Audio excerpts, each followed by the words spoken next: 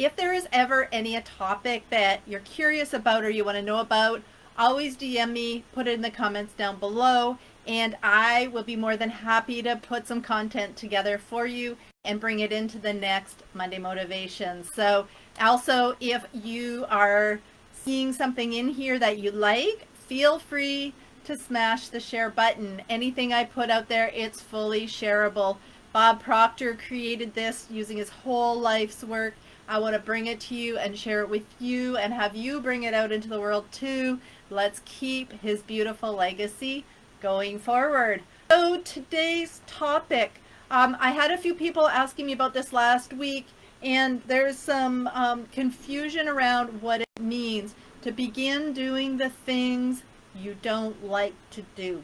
What are these things and what does that mean? So let's dissect that a little bit today. Are you ready? Okay, so what are those things that we don't like to do that we have to start doing?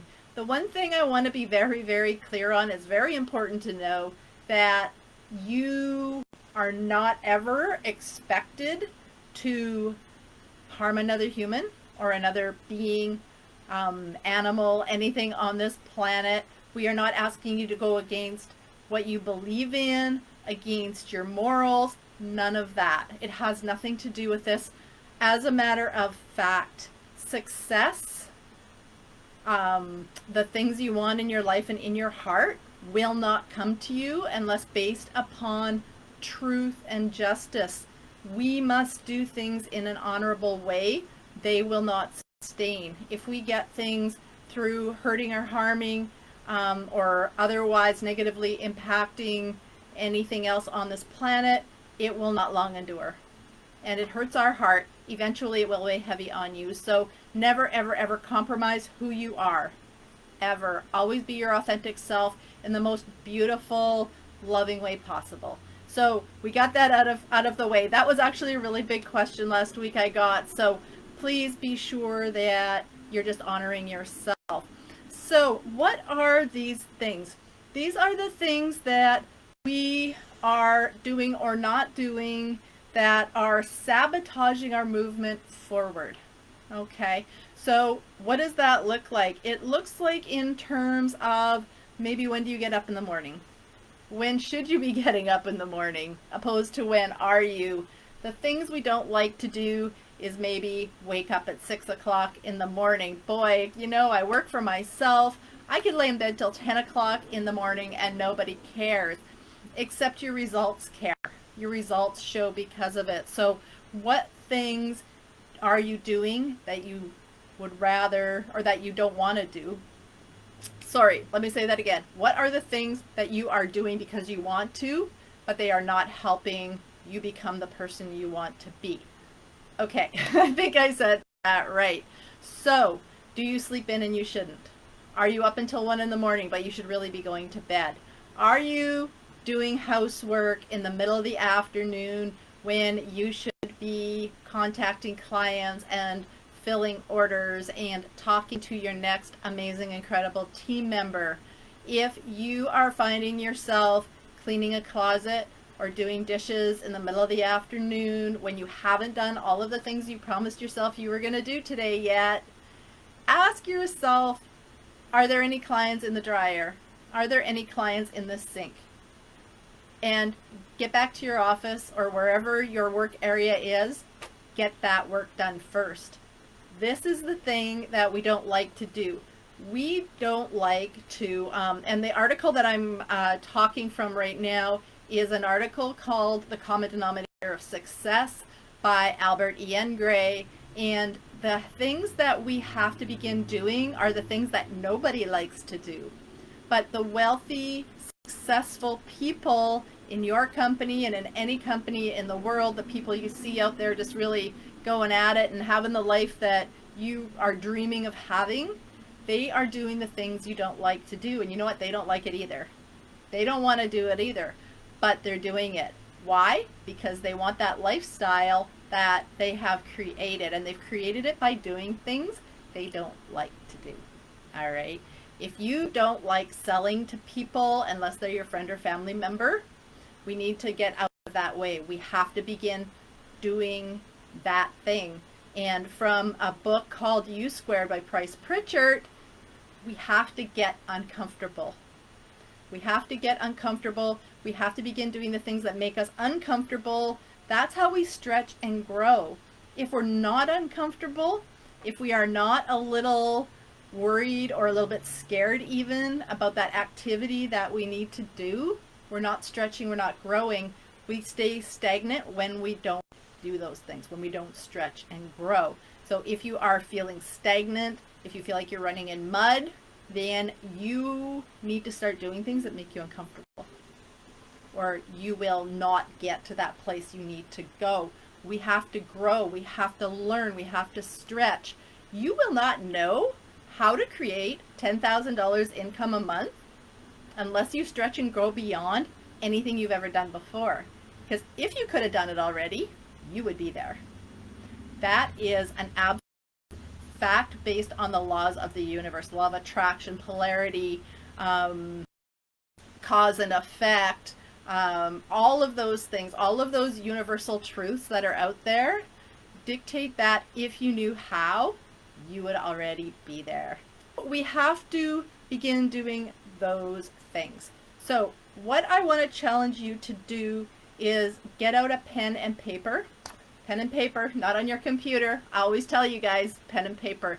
Start writing down a list throughout the day. When you catch yourself doing something that is sabotaging you, if you catch yourself cleaning out a closet on Wednesday afternoon at 2 o'clock when it's your big production time for your company, write down what you're doing and ask yourself why. Why are you procrastinating it?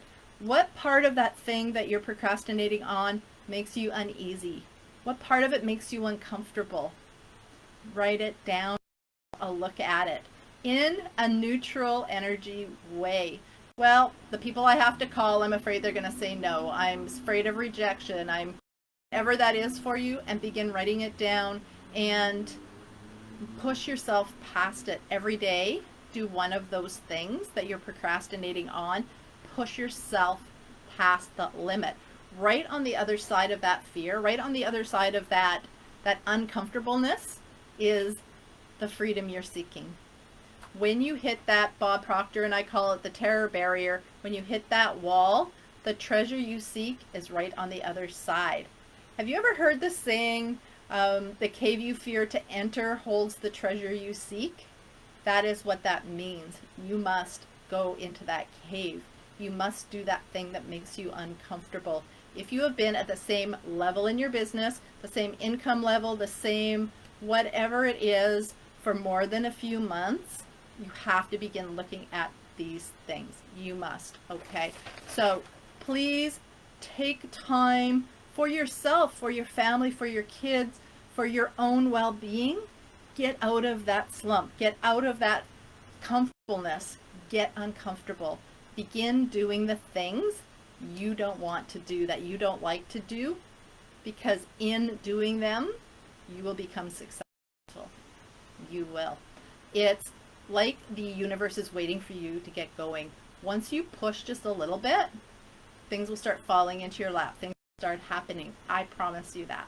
And if they're not, you reach out to me, message me, let's talk. I want to help you past it, okay?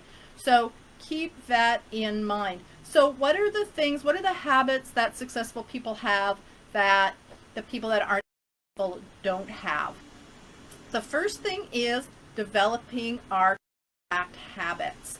You must begin contacting people who need what you have, but maybe don't know it yet. Otherwise, you will be stuck talking to the people that want what you have but can't afford it. Do you find yourself talking to people that say, I can't afford it? Then you are in this habit zone. You are in the habit of not talking to the people who can afford it. Why? Because probably they make you uncomfortable. They are on your, what some people call, don't know if you've ever heard this, the chicken list, right? Your chicken to call them. Those are the people that have the money that you have to talk to them a little bit and persuade them. This is where sales comes in. You have to help them know that your lipstick, your face cream, your shampoo, your coaching program, your air purifier is the best one on the market. You have to buy it from me. Mine is the best. They're going to buy it anyways. They might as well buy it from you. So the next thing is the persuasion habit. We have to have the habit of persuading people that my product is the best. And if we don't, they are persuading us. Why? They're not going to buy it from us. Somebody always makes a purchase in any sales call. Are you selling them a product, or are they selling you on all the reasons why they're not going to buy from you? What habit do you have? And begin to change that habit. Bob Proctor has a brilliant self-study program called the Path to Agreement, where he actually teaches all of the steps of a proper sales process, and it's amazing. It's only 4 hours long. You have access to it for the rest of your life. If you want the link, put Path to Agreement in the comments down below, and I will make sure that I get you a link to it. It is very, very good. So if these things I'm saying, you're going, well, how do I do that? I don't know how to do it. Let's get you going on it. So let me know, and I'll send you the link so you can get hooked up with the Path to Agreement. Alrighty. So what is something else that we need to work on? Are you in the habit of talking to people that postpone, that say later, that say I have to talk to my spouse, that say I'll think about it? They don't want to say no, but they're not saying yes. It is not a heck yeah, let's do it. You've got to put it in the no column for now and get clear with them. And it's okay to ask. Waiter or waitress comes up after your meal and says, would you like a coffee or dessert? Would you like another glass of wine, or whatever it is? And you say no, that's okay. Then it's a no, and they bring you your check and you're on your way. We want to treat our customers like this as well. We want to keep checking in with them after. I 100% agree with all of what the sales gurus say about that. But also get to a yes or a no. And if they're the no, it's just no now. It's not no, not ever. Okay. But step away from that. Don't spend your time trying to convince somebody that is not ready to buy from you right now that they need to buy from you right now, because then you're just going to lose that prospect altogether. So know when to walk away, know when to close the sale, and know when to just put them on your later list. Okay. If it's not a heck yeah, then just take it as a no for now. All right. And move on to the next person. Circle back to them later. All right. Ask them when it'd be a good time to get a hold of you. Can I follow up with you in a couple of weeks? What if I contact you next month? When would be a good time for me to call you back? And they'll tell you, and then do it, because now you have their permission to follow up with them down the road, whatever that looks like. All right. So follow all of the sage sales advice, but guard your energy. Begin doing the things you don't like doing. Begin doing the that most people aren't doing. If you see 10,000 people walking this way and one guy walking that way, or one lady walking that way, turn around, follow that one person. Whatever they're doing in your business, do that. Okay? The masses don't always know where they're going. So step out, be different, be unique, be yourself, have fun, and get a little bit uncomfortable every day. And you will get there. You will get there. All right? So make a list. Write it down. What are the things that you procrastinate, that you don't like doing, that you don't want to do? And it's really a hard no for you. There are people out there, I don't know about you, but I get messaged by people that want to help me every single day. Lots of them. So I'm sure you do as well. Hire help if you need help. If you need a VA, hire a VA. But if it's something that you can do and it just makes you uncomfortable, push and stretch yourself past that and go try it. Go give it a shot. Okay. All right. One more quick thing. This week I have 3 more spots for 2 2-hour free coaching sessions. So 3 2-hour coaching session slots are available this week with me.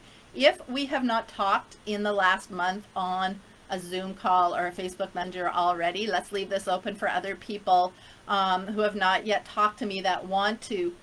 A free 2-hour coaching session. Who wants one?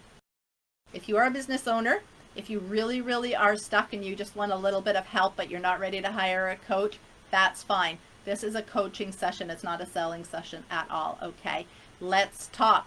Put 2 hours down below in the comments and I will reach out to you. First 3 people that put that down there, let's do it. And I think that's today. I've run out of notes, so I must be good. Hopefully that was helpful for you.